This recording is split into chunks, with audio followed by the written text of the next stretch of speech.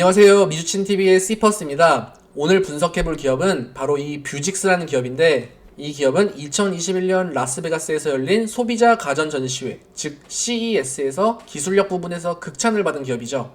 이번 분석 영상에서는 이 뷰직스의 간단한 소개와 재무제표를 한번 뜯어보도록 하겠습니다. 특히 재무제표 쪽은 제가 예전에 블로그를 하던 초심으로 돌아가서 정성껏 준비를 했으니까 기업 소개 쪽이 지루하신 분들은 이 재무제표 쪽은 꼭 건너뛰지 말고 끝까지 보시면 큰 도움이 되실 것 같아요. 네, 뷰직스는 이렇게 스마트 글래스를 만드는 기업이에요. 안경은 와이파이 연결도 가능하고 안경에는 당연히 이렇게 스피커와 마이크가 포함되어 있죠. 네, 이런 특수 장치가 이제 포함되어 있습니다. 그리고 이렇게 뭐 특수 렌즈 같은 게 이렇게 같이 장착되어 있는데 엄청 소형 이제 특수 렌즈들이 장착되어 있죠. 그리고 이제 뭐 이런 것들은 이제 3D UI를 볼 수 있는 이런 홀로그램도 존재하고요. 이 모든 시스템들이 안드로이드와 호환이 된다고 합니다. 이런 혁신성 때문인지 뷰직스는 혁신을 추구하는 많은 ETF에 이제 포함이 되기 시작되었습니다. 파괴적 혁신하면 떠오르는 아크인베스트 아시죠? 여기 ARKQ에서는 뷰직스가 37번째로 높은 비중을 차지하고 있는데, 또 여기를 보시면 뷰직스의 비중이 높은 ETF들의 명단이 나와 있습니다. 참고로 요즘 이 문이라는 ETF가 굉장히 핫하죠? 들어보신 분들은 다 들어보셨을 겁니다. 이 아래를 보시면 뷰직스는 이 문 ETF에서 두 번째로 많은 비중을 차지하고 있는 등 이렇게 몇몇 파괴적 혁신을 주도하는 ETF들의 선택을 받고 있는 모습입니다. 그럼 뷰직스의 간단한 소개를 한번 보고 넘어갈게요. 뷰직스는 1997년 설립된 이제 웨어러블 디스플레이 업체이고, 앞서 설명드렸듯 CES 2021에서 이런 혁신상을 수상했어요. 차세대 스마트 안경이라고 불리며 증강현실과 가상현실을 뜻하는 이 AR과 VR이 합쳐지는 안경을 일상생활에서 쓸 시대가 다가오고 있다는 거죠. 그중 선도를 달리고 있는 기업이 바로 이 뷰직스입니다. 즉 뷰직스는 앞으로 올 이 메타버스와 홀로그램 산업과 관련된 이 장비 업체의 주라고 보시면 될 것 같습니다. 앞으로 병원, 물류창고, 건설, 게임, 교육 등등 이 무궁무진한 사업 확장이 가능성이 존재하고, 이러한 이유들을 통해서 현재 매출은 이제 1,100만 불 수준이지만 2025년까지 매출이 1억 4천만 불이 될 거라는 전망이 보여집니다. 뷰직스의 2017년 1분기부터 2020년 4분기까지의 분기별 매출 추이를 한번 보겠습니다. 뭐 사실은 이렇게 달쑥했었는데, 이 표가 보여주는 것은 이 하나의 이제 큰 대기업의 물량을 보여주는 건데, 이 기업으로부터의 매출이 최근 들어 이제 폭발적으로 증가했다는 것이죠. 어떤 기업인지는 이제 설명을 안 해줬어요, 내가. 근데 이렇게 특정 기업에 의존하는 매출 구조는 뭐 제가 긍정적으로 보이진 않지만, 뭐 일단 이런 식으로 최근 들어 매출이 크게 증가하고 있다는 것은 굉장히 고무적이죠. 그만큼 시대가 이제 빨리 변하고 있다는 뜻이니까요. 앞서 영상에서도 잠깐 보셨듯 뷰직스는 이제 뷰직스의 모토는 손을 사용하지 않아도 사람과 기계 등을 연결시켜주는 거예요. 이제 홀로그램과 AR 등을 통해서, 그러니까 이제 증강현실과 가상현실을 통해서 이제 다 되는 거죠. 그러니까 이러한 기술적 가능성을 토대로 기업에서 이제 많은 산업과 또 이제 교육 부분에서도 이제 크게 활용이 될 것으로 예상이 된다고 합니다. 뷰직스의 AR, VR 기술은 특히 코로나 기간에 폭발적인 관심을 보였는데, 뭐 이렇게 몸이 멀리 있어도 뭐 움직이지 않아도 되고, 뭐 터치가 필요 없으니까 훨씬 안전할 뿐만 아니라 뭐 시간과 비용도 크게 줄여줄 수 있기 때문이죠. 뷰직스는 현재 크게 이렇게 두 개의 형태의 이제 스마트 글래스를 출시하고 있습니다. 여기서 이렇게 AR 이제 화면이 나온다고 하는데요. 그럼 약간 드래곤볼의 그 전투력 측정하는 기계 기억나시죠? 약간 그거 닮은 것 같아요. 이 시장은 또 굉장히 빠르게 성장 중이고, 향후 100억 불 가량의 시장으로 성장할 수 있을 이제 폭발력이 있다고 예상한다고 합니다. 현재는 이렇게 현장과 뭐 생산, 물류, 그리고 그러니까 원격 진료 등에서도 크게 사용이 되고 있는 모습인데, 여기는 보시면 코로나로 인해 이 수요가 더 증가했다고 다시 한번 강조하는 모습이고요. 뷰직스는 특히 또 병원들과 큰 협력을 하고 있는데, 이 한 번쯤은 들어보셨을 이 존 홉킨스 병원과 UCLA의 제품을 공급하고 있다고 합니다. 이 의사 선생님들이 이 스마트 안경을 쓰면서 여러 테스트를 할 수도 있고, 멀리서 손님들과 원격 수술 등도 도와줄 수 있다고 하니까 앞으로 점차 많이 사용이 될 것 같아요. 뷰직스는 또 현재 여러 커뮤니케이션 기업들과 긴밀하게 협업을 하고 있는데, 특히 중과는 스마트 글래스 전용 구독 모델을 출시하는 등 더욱더 긴밀하게 사업을 확장시키고 있는 모습입니다. 이렇게 뷰직스 사이트에 가면 다양한 구독 서비스를 이용할 수 있는데 줌의 경우 1년 구독료가 100불가량 되네요. 이게 작은 돈이 아니죠. 그럼 이런 식으로 스마트 안경을 통해서 다양한 영상 서비스와 추가 기능이 또 사용이 가능하다고 합니다. 멀리서도. 뷰직스는 앞으로의 시장 선점을 위해 계속해서 보유 특허를 늘려가고 있는데 2020년도 기준 총 이제 184개의 특허를 가지고 있는 등 보유 특허는 매년 늘어나고 있는 모습입니다. 이렇게 미래 먹거리도 계속해서 확보하는 모습은 긍정적이죠. 뷰직스는 공시 자료에 이 기술력 그리고 이제 다가오는 메타버스와 홀로그램의 수요를 바탕으로 자체 브랜드 외에 OEM 기능까지 대폭 강화시킬 것이라고 선포를 했는데요. 실제 특정 몇몇 기업들을 언급하면서 OEM 진행 상황에 대해서 설명을 해줬어요. 근데 이 언급하는 기업들은 티어 1의 우주산업 기술들을 포함하여 방위산업, 의학산업, 그리고 LED 공급업체 등이 있다고 하는 등 이렇게 매출 극대화에 대한 언지를 자꾸 하는 모습을 볼 수 있어요. 그럼 뷰직스의 매출 구조 및 그동안의 성장률을 간단하게 보겠습니다. 뷰직스의 매출 구조는 이렇게 제품 판매와 서비스 판매 두 개로 나뉘어 있는데 제품 판매의 경우 4년간 400%의 매출 성장을 이루었고 서비스 판매의 경우 4년간 1320%의 이제 성장을 이루었습니다. 절대값이 자체가 이제 작다고는 할 수 있지만 그래도 이렇게 큰 매출 성장은 언제나 긍정적이죠. 하지만 이렇게 들쑥날쑥 기복이 있는 매출 성장 추이 때문에 앞으로의 매출도 계속해서 관심 있게 봐야 할 것 같습니다.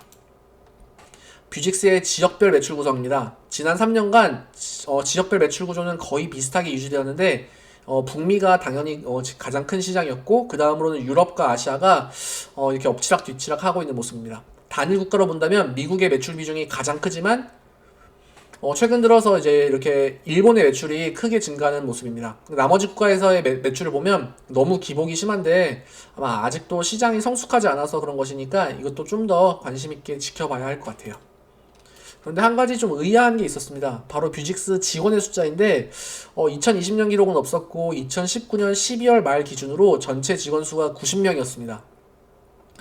꾸준히 증가하고 있는 추세임에는 틀림없으나 생각했던 것보다 규모는 굉장히 작아 보여요. 이 90명이 갑자기 하루아침에 500명, 1000명이 되긴 쉽지 않잖아요. 이 부분은 좀 더 관심 가지게 봐야 할 것 같아요. 공장이 있는 회사에서 직원이 90명이라 좀 그렇죠? 뷰직스의 지분 구조를 보겠습니다.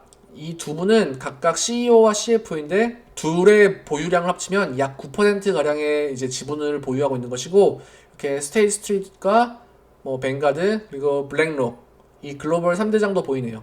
특히 이 스테이트 스트리트는 11.3%로 가장 많은 지분을 보유하고 있는 모습입니다.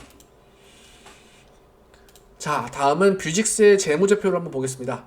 먼저 손익 계산서인데 좌측은 2020년, 우측은 2019년의 숫자이고 또 이쪽은 변동률을 보여줍니다. 이제 보시면 1년간 매출은 74% 증가했는데 사실 2020년도에 매출이 커진 것도 있지만 앞서 설명했듯 2019년에 매출이 크게 감소한 영향도 없지는 않습니다. 다음으로 중요한 건 이 매출 원가에서 이 재고자산 충당금입니다. 여기 보면 인벤토리 리저브라고 적혀있죠. 즉 제품을 만들었는데 제품이 오랜 기간 팔리지 않아서 일부를 이제 비용 처리를 한 거예요.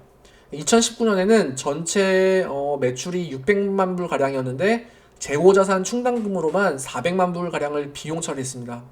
제품이 아예 안 팔린 거죠. 보시면 덕분에 이 매출 총이익률이 이때는 마이너스 66%를 기록했고요. 매출 총이익률이요. 영업이익률도 아니고 순이익률도 아니라 매출 총이익률이 마이너스 66이면 말 다 했죠. 그런데 이제 2020년도에도 약 100만 불가량의 재고자산 충당금이 발생했는데 작년보다는 조금 줄었다고는 하지만 그래도 이 부분은 좀 많이 심각한 것으로 보여져서 계속해서 뚫어지게 이제 째려봐야 할 것 같아요. 그래도 전년 대비 매출은 증가하고 충당금은 줄면서 매출 총이익률은 17%를 기록하였습니다. 참고로 이 충당금을 제외 시 매출 총이익률은 27.6%입니다.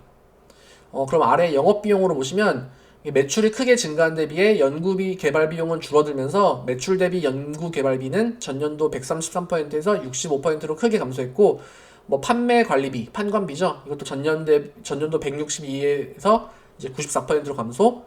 감가상각도 36%에서 21%로 감소하면서 영업이익률은 크게 증가했습니다. 전년 대비. 여기만 봐도 여기에서만 거의 70%가 증가한 거잖아요. 영업이익이. 그쵸? 하지만 아무리 증가했다 하더라도 여전히 영업이익률은 마이너스 165%입니다. 398에서 165면 뭐 크게 준 것 같긴 하지만 그래도 아직도 마이너스 165%예요. 즉 아직까지는 구조적으로 적자가 심합니다. 매출 원가의 비중이 지나치게 커서 기업이 아무리 허리띠를 졸라매도 이게 쉽게 흑자 전환을 할 수 없는 상태이죠. 그러니까 이런 기업은 뭐 당장 흑자를 기대하면서 투자하시는 분은 없을 거예요. 미래 가능성을 보고 투자하는 건데 길게 봐야 할 것 같습니다. 그리고 공시자료에서 한 가지 재미있는 점을 발견했는데 여기 이 100만 불 가량의 수익이 인식된 것을 찾아봤는데 이것은 보니까 PPP forgiveness를 받은 거라고 합니다. 이전 영상에서 제가 한번 언급했는데 이 PPP 들어보셨죠? 미국에서는 이제 코로나로 인해 직원들 급여를 주기 힘든 기업들을 정부가 조금 지원해주는 건데 뷰직스도 이 PPP 대출을 받았나 봐요. 약간 조금 모양이 좀 빠지죠? 여튼 이 forgiveness, 즉 그러니까 탕감 받으면서 이게 수익으로 넣은 거니까 이 100만 불의 수익은 전혀 의미 없는 수익이니까 그냥 없는 셈 치셔도 됩니다. 다음은 대차대조표입니다. 위에서부터 쭉 볼게요. 2020년도 그러니까 위에서부터 아래로 쭉 보면은 재무제표는 쉬워요. 예. 2020년도 기말 대비 이제 전년 대비 이제 현금성 자산은 240% 증가했는데 이건 조금 이따 다시 볼게요. 이건 다시 볼게요. 현금성 자산이 240%가 증가했어요. 그렇지만 매출 채권과 뭐 재고 자산의 변화는 거의 없었고요. 동기간 이제 고정 자산이 150만 불이 줄었어요. 그러니까 즉 34%가 줄어서 제가 궁금해서 왜 줄었나 찾아보니까 오른쪽을 보시면 전체 자산값은 오히려 조금 증가했지만 감가상각을 심하게 때리면서 줄어든 것으로 여기 자산이 준 것은 뭐 크게 걱정 안 하셔도 될 것 같습니다. 만약 진짜 자산을 팔아가지고 줄어든 거면은 좀 이제 걱정이 되죠. 근데 또 매출 채권과 재고 자산은 그대로이지만 이 매입 채무는 42% 크게 증가했습니다. 즉 지난번 분석한 쿠팡과 조금 비슷하다고 볼 수 있는데요. 그러니까 내가 받을 돈은 다 받지만 줄 돈은 안 준다는 거죠. 쿠팡처럼 큰 비중은 아니지만 그래도 정상적인 상황이 아니니까 이 부분도 계속해서 째려봐야 될 것 같습니다. 그리고 유동 비율은 723%에서 1455%가 되었는데 현금성 자산이 크게 증가하면서 이렇게 말도 안 되는 비정상적인로 큰 이제 유동 비율을 보여주네요. 이건 제가 투머치일 수도 있는데, 그러니까 제가 진짜 이거는 그냥 루머, 그냥 우스갯소리로 들어주세요. 근데 이런 생각 한번 해볼 수도 있어요. 2020년도 매출이 크게 급증했죠. 그런데 매출 채권과 재고 자산은 변화가 없어요. 그렇지만 매입 채무만 크게 증가했다.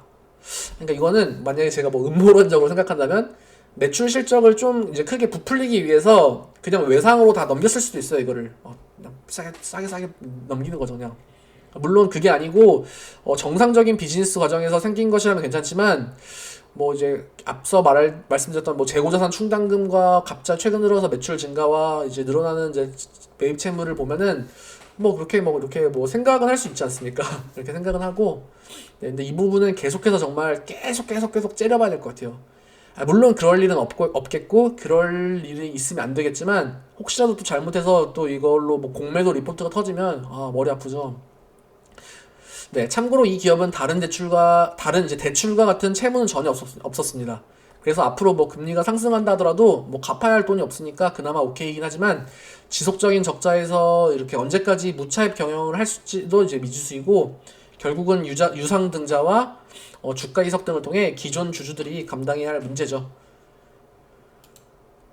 보시면 이렇게 죄송해요. 보시면 이렇게 자본 잉여금이 전년 대비 4,200만 불 증가했습니다. 이건 뒤에서 다시 볼 건데요. 이런 이유 때문에 적자를 통한 누적 결손 금액이 1,800만 불 증가한 총 1억 6천만 불을 기록했음에도 전체 자본은 전년 대비 2,400만 불 증가하게 되었어요. 부채 비율은 8%이고요. 딱 이 대차대조표만 보면 정말 굉장히 혼란스러울 것 같아요. 이 회사 뭐지? 할 것 같아요. 그러니까 물론 각각 이제 좋은 의미와 나쁜 의미로요. 마지막으로 재무제표의 마침표인 현금 흐름표를 보겠습니다. 아시다시피 기본적으로 손익계산서, 즉 순적자로부터 이렇게 숫자가 시작했고 이것도 위에서부터 차례대로 내려가 볼게요. 차례대로 보면 쉬워요.